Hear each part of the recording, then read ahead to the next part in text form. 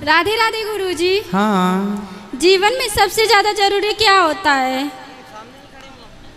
कहाँ से बोल रहे हैं? अच्छा, सबसे ज्यादा जरूरी क्या होता है? यदि कोई प्यासा है तो उसको पानी की जरूरत है, मतलब भूखा जैसे है तो भोजन की जरूरत है। वो नहीं, वो तो है। हाँ, जैसे संसारिक ये तो है, जैसे जीवन में जैसे भक्ति ये तो ज्यादा जरूरी है ना। हाँ। भजन ज्यादा जरूरी हाँ। है। और कहते भी है कि मतलब ठाकुर जी से कोई ना कोई अपना एक संबंध होना चाहिए। हाँ। है ना।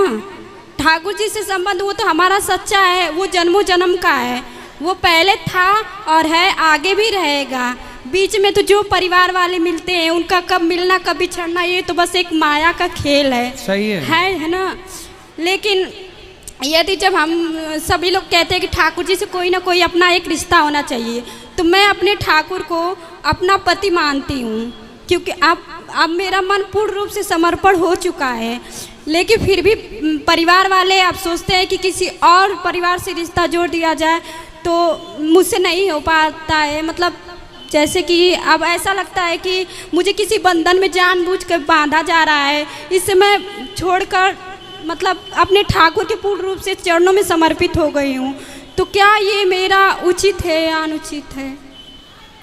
आपका मन विवाह करने का नहीं है? बिल्कुल नहीं है। बेटा आप बैठ जाओ, आगे वाले काहे खड़े हो गए छोरा? परिवार वाले बोलो बोलो। लेकिन परिवार वाले सोचते हैं कि नहीं मैं शादी के बंधन में बंध जाऊं। आपकी माता जी क्या कहती हैं? माता जी आपके विचार से सहमत हैं? कोई मेरे विचार से सहमत नहीं है। सब सोचते हैं कि मैं संसार के बंधन में बंध जाऊं, और मैं गुरुदेव सत्य कहती हूँ। कितनी उम्र है आपकी? 25 वर्ष है। और मैं किसी भी तरह से संसार से नहीं जुड़ना चाहती हूँ। मैं पूर्ण रूप से अपने गोविंद को, अपने ठाकुर को अपना ली हूँ। कहाँ रहते हो आप? मैं तो गांव बनारस में, बनारस से आगे है आजमगढ़ गांव में रहती हूँ, इधर ही कहीं यूपी की हूँ।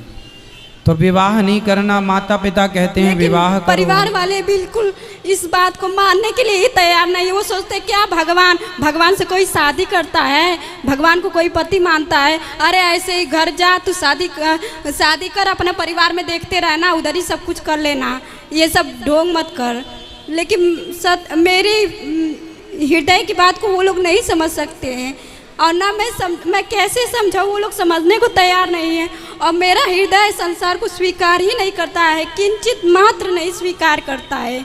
इससे मैं सोचती हूँ मैं शरीर त्याग दूंगी, लेकिन किसी भी संसार के बंधन में नहीं बन सकती। नहीं, शरीर त्याग देना वो तो त्यागना ही पड़ेगा अंत में अपने को, लेकिन तो, हाँ। जानबूझकर यदि त्यागा जाएगा तो वो अपराध हो जाएगा। वही चीज है। तो अब संसार घर वाले यही सोचते हैं कि नहीं मैं संसार से जुड़ जाऊं, बंधन में बन जाऊं, इसके लिए यहाँ से वहाँ शादी कर दूं, ये कर दूं, वो कर दूं।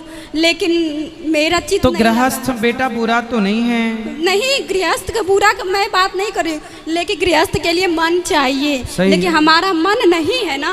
सही है। बिना मन का गृहस्थ नहीं चल सकता गुरुदेव। सही है। अगर जिससे भी रिश्ता जुड़ेगा तो उसको तो मन देना पड़ेगा ना।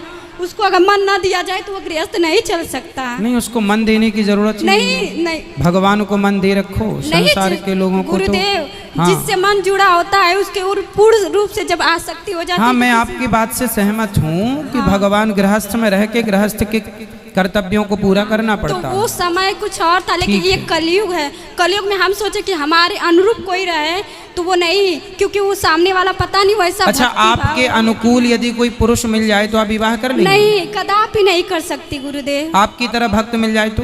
कदापि नहीं, मैं किसी को स्वीकार कर सकती। क्यों? नहीं, मेरे ठाकुर के अलावा मेरे हृदय में किसी की जरूरत नहीं है।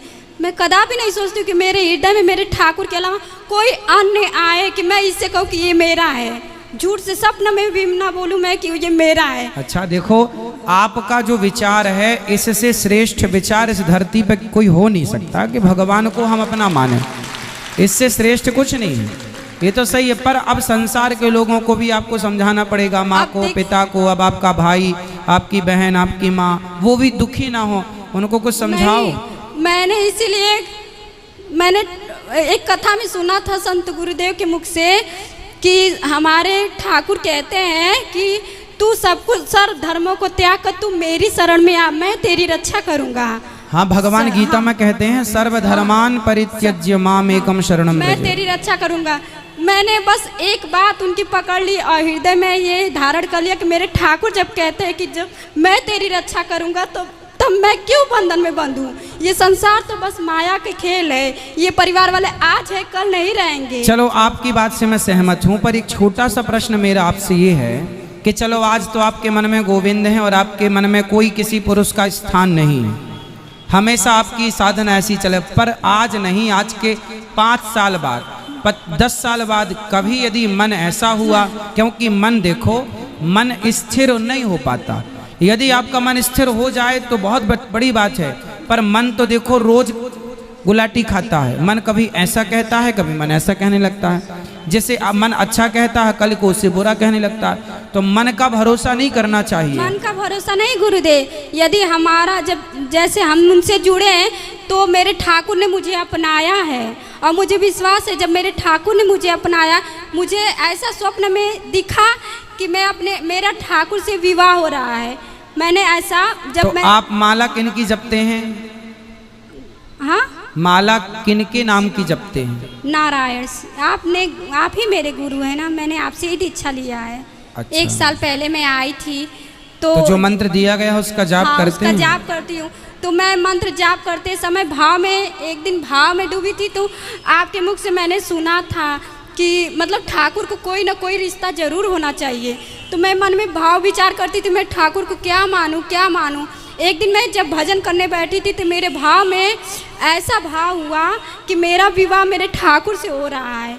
अब वो धीरे धीरे वो रिश्ता, मुझे लगा ऐसा नहीं है, लेकिन जब मैं उस रिश्ते को धीरे धीरे महसूस करने लगी, ठाकुर ने मुझे मतलब उस चीज़ का अनुभव कराने लगे कि देख तू मेरी है, तू संसार में नहीं पड़ सकती। मतलब मैं जब भी संसार में जाती थी या कहीं भी कोई रिश्ता दिखा जाता था तो वो काट देते थे, या कुछ ना कुछ ऐसी बात हो जाती या सामने वाला हट जाता था। हजारों रिश्ते आए किसी न किसी वजह से, तो मैं समझती थी ये क्या है, क्यों ऐसा हो रहा है। फिर मुझे धीरे धीरे ठाकुर ने खुद अनुभव कराया कि तू मेरी है, तू मत संसार में पढ़। मैंने फिर संत गुरुदेव के प्रेमानंद महाराज जी हैं, उनका सत्संग सुनने लगी, फिर मुझे समझ में आया फिर मुझे लगा कि हाँ ये ठाकुर की बात है। जब मैं उनके रास्ते पे चलने लगी तो मुझे खुद वो अनुभव कराने लगे कि देख मैं तेरा हूँ, तेरा कोई नहीं है।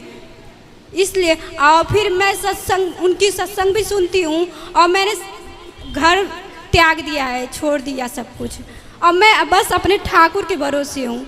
इतना दिन हो गया, 8 महीने हो गया, लेकिन मेरे ठाकुर मुझे हर पल संभाल रहे हैं, हर पल हर तो रहते कहाँ हैं आप? घर पे रहते हैं कि कहीं और रहते हैं? घर पे तो नहीं रहते हैं। मैं कहाँ रहते हैं? मैं वृंदावन में ही रहती हूँ। तो वृंदावन में अकेले रहते हैं, किसी के साथ रहते हैं? नहीं, कोई निश्चित नहीं है कहीं पे भी। अभी ठाकुर जी मुझे जहाँ पे रख देते हैं वहाँ पे रह लेती हूँ। बेटा पर देखो आपकी भावना अच्छी है, मन पवित्र है, सब कुछ अच्छा है आपका, आप में कोई कमी नहीं है। भगवान आपको स्वीकार कर चुके हैं, आपने उन्हें स्वीकार किया, ये सब कुछ अच्छा है। भक्ति के पथ पर ईश्वर का अनुभव हो जाना ये बड़ी बात है, आपको हो चुका, ये अच्छी बात है। संतों का संग मिला आपको, आपने मंत्र का जाप किया, आप श्रेष्ठ हैं अपनी जगह। फिर भी ये जमाना बड़ा जालिम है, खुले में कहाँ रहेंगे आप, स्त्री हैं। नहीं गुरुजी, थोड़ा सा आपको अपनी सुरक्षा के लिए तो आपको कोई स्थान जहाँ बहुत सारी स्त्रियां रहती हों, लड़कियां रहती हों, वैसा यदि आप चुन लो। आप अकेले फुटपाथ पे ना सो जाना, आप अकेले ना रहना कहीं। मैं गुरुजी कभी कभी भय, मतलब मन में ऐसा लगता कि नहीं, रक्षक तो भगवान है, रक्षक तो भगवान है। द्रौपदी की लाज बचाई, रक्षक थे, फिर भी लूटी ना लाज, फिर भी लाज लूटी ना, उन्होंने पुकारा ही नहीं ना। हाँ, तो द्रौपदी की लाज लूटी, फिर भगवान ने पुकारा।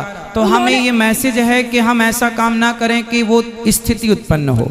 इसलिए हम थोड़ा सिक्योर रहें, और भाव अच्छा है आपका, भाव में रहना अच्छी बात है, पर भाव में संसार आपके भाव को नहीं समझ पाएगा, संसार आपकी भावनाओं को नहीं समझ पाएगा। मैं ऐसा अनुभव भी करती हूँ कि मतलब मुझसे कोई ऐसा कार्य नहीं होता है जो शास्त्र के विरुद्ध हो, या ऐसा नहीं करना, यहाँ पे का खतरा रहेगा तो मुझे लगता है मेरे ठाकुर पहले ही मेरा हाथ पकड़ के इधर ला रहे कि इधर खतरा है, तू इधर। द्रौपदी माँ ने पुकारा, भगवान जरूर आए। द्रौपदी माँ ने पुकारने में देर लगा, ये बात बिल्कुल सत्य है। फिर भी नारी है, नारी को हमेशा सुरक्षित रहना चाहिए। हाँ जितना समाज में क्राइम हो रहा है उसको देखते हुए हम आपसे कह रहे हैं कि द्रौपदी की तरह आपका भाव है, पवित्र है, अच्छा है। और फिर संत गुरुदेव भी कहते हैं यदि जब हम अपने भक्ति और प्रेम के मार्ग पे आगे बढ़ते हैं तो पग पग पर प्रतिकूलता आती है। वो हमारे ठाकुर हमसे परीक्षा लेते कि क्या तेरा मन अभी भी मुझ में है या संसार में है। मन की बात नहीं है बेटा, आपकी सुरक्षा की बात है।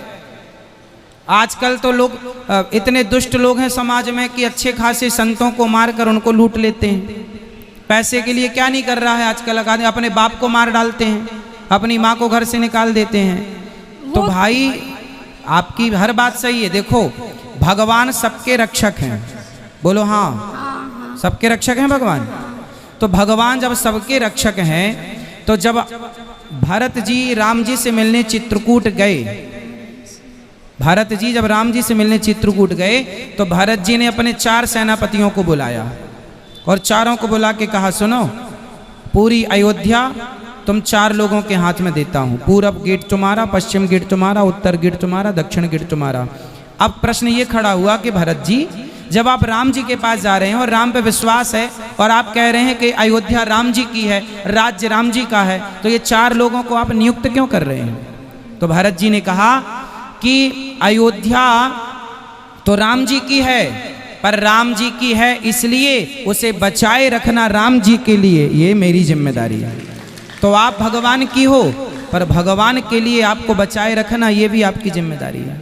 भगवान हाँ ये तो है गुरुजी, बस। लेकिन मैं तो संत गुरुदेव की मतलब जो जैसे बताते हैं वैसा मैं करती हूँ। ऐसा अनुभव भी करती हूँ कि नहीं ये सत्य है, क्योंकि मैं जब समझती हूँ, जब ये जान चुकी हूँ कि ठाकुर कहते तू मेरी शरण में है तो तेरी रक्षा की जिम्मेदारी मैं लेता हूँ। जब तेरा कोई नहीं है मेरे सिवा तो तेरी सारी जिम्मेदारी मैं लेता हूँ, अपने सर पे लेता हूँ। सुनो, एक गुरु जी ने चेले को ज्ञान दिया, बिल्कुल आपकी तरह चेला था।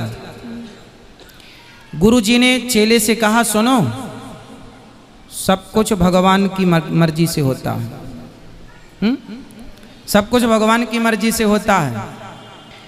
तो चेला बोला ठीक है, सब कुछ भगवान की मर्जी, मान लिया उसने गुरु जी की बात। अब वो रास्ते से जा रहा था तो हाथी आ रहा था। अब हाथी आ रहा था, हाथी के ऊपर महावत बैठा था और महावत चिल्ला रहा सुनो भागो, हाथी बौखला गया है, पागल हो गया है, भाग जाओ जल्दी, भागो भागो, ये हाथी उद्दंड हो गया है, पागल हो गया, रौंदता आ रहा है सबको, भागो। और वो चेला सामने खड़ा, बोले गुरुजी ने कहा सब भगवान की इच्छा है, सब भगवान की इच्छा। वो चिल्ला रहा हट जा हट जा, बोले नहीं गुरुजी ने कहा भगवान की इच्छा है। हाथी आया, उठा के पटक दिया, नस नस टूट गई, लंगड़ाता गया। बोले गुरुजी आपने तो कहा था भगवान सबके रक्षक हैं, भगवान सबकी रक्षा करते हैं, मैं तो भगवान के भरोसे खड़ा था, तो भगवान ने रक्षा क्यों नहीं की? जब भगवान सब करते हैं तो भगवान। गुरुजी ने बोला ये बता वो हाथी के ऊपर कोई बैठा था? बोले हाँ बैठा था। बोले वो कुछ कह रहा था? बोले कह रहा था हट जाओ हट जाओ। गुरुजी ने कहा कि यदि सब भगवान की इच्छा से हो रहा है तो वो महावत भी भगवान की इच्छा से कह रहा था कि बेटा हट जा, वो भगवान की आज्ञा थी, हट जा। तो आपको जो हम समझा रहे हैं ये भगवान की आज्ञा है कि सुरक्षित रहो। हाँ ये तो है सुरक्षित, तो हाँ। वैसे कोई भी अपनी सुरक्षा स्वयं नहीं करता सकता, सुरक्षा करने वाले तो हमारे ठाकुर ही है। भगवान सबके रक्षक हैं। हाँ वही रक्षक है, लेकिन हम अगर हम अपनी ना चलाएं, अगर हम अपनी ना चलाएं तो वो अपनी चलाते चलो हैं। हमारा जो धर्म है आपको समझाना, एक गुरु के नाते, एक भाई के नाते कि भाई महिलाओं को खुले में नहीं रहना है, सुरक्षित रहना है। नहीं। अब आपको जो अच्छा लगे वो आप करो, भगवान की राह पर चले हैं, अच्छी बात है, चलो भगवान आपकी रक्षा करे, ये प्रार्थना है।